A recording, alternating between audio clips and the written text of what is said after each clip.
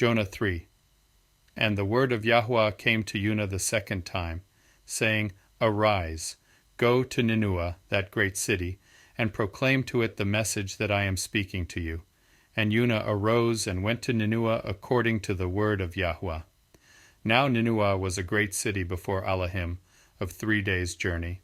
And Jonah began to go into the city on the first day's walk. And he called out, saying, Yet 40 days, and Nineveh shall be overthrown. And the men of Nineveh believed Elohim, and proclaimed a fast, and put on sackcloth, from the greatest to the least of them. And the word reached the king of Nineveh.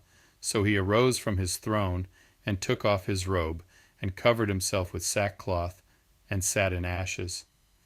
And he proclaimed and said throughout Nineveh, By decree of the king and his nobles, no man or beast, herd or flock, shall taste whatever, let them not eat, let them not even drink water, but let man and beast be covered with sackcloth, and call mightily to Elohim, and let each one turn from his evil way, and from the violence that is in his hands.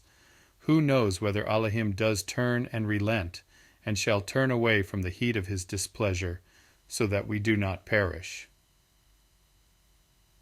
And Elohim saw their works, that they turned from their evil way. And Elohim relented from the evil which he had said he would do to them, and he did not do it. Jonah in the Capital, a creative retelling for today's world. Imagine if Jonah was sent to the USA today.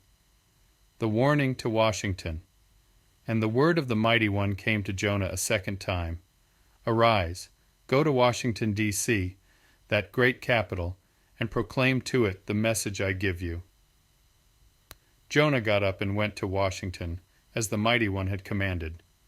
Washington was a bustling metropolis, a city of power and influence that spanned days in its breadth and complexity. And Jonah entered the city, making his way to the heart of its power.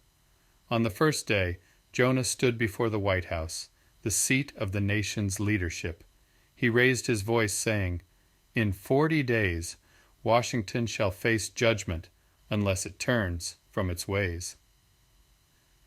The people of Washington believed the message from the Mighty One. From the highest offices to the ordinary streets, a wave of concern spread, and word reached President Joe Biden, who rose from his seat of authority, set aside his presidential insignia, and covered himself in humility, recognizing the gravity of the moment. The president then decreed throughout Washington, By order of the presidency and the council of leaders, let no person or creature, neither staff nor visitor, partake of anything. Let them not eat or drink, but let everyone, man and beast, show humility and seek Elohim earnestly. Let us all turn from our wrongful ways and the violence that marks our actions. Who knows? Elohim may yet relent, and with compassion turn from his fierce anger, so that we will not perish.